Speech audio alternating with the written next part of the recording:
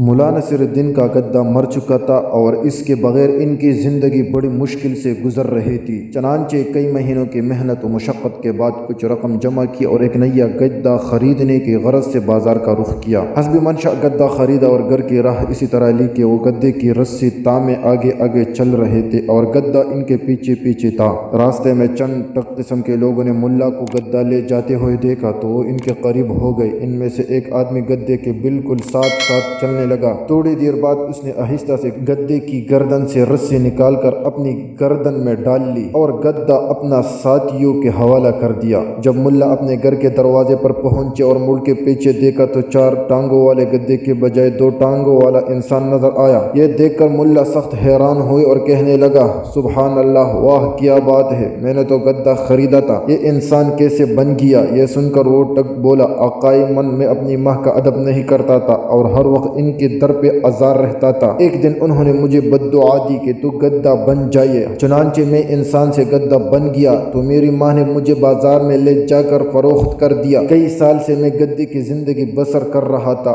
آج خوش قسمتی سے آپ نے مجھے خرید لیا اور آپ کی روحانیت کی برکت سے میں دوبارہ انسان بن گیا۔ یہ کہہ کر اس نے ملا کے ہاتھ کو بوسہ دیا اور بہت عقیدت کا اظہار کیا۔ ملا کو یہ بات بہت پسند آئی، وہ پوری مسرت سے نصیحت کرتے ہوئے کہنے لگا، اچھا اب جاؤ اور اپنی ماں کی خدمت کرو، کبھی اس کے ساتھ گستاخی نہ کرنا۔ تب ملا کا شکریہ ادا کر کے رخصت ہو گئے۔ دوسرے دن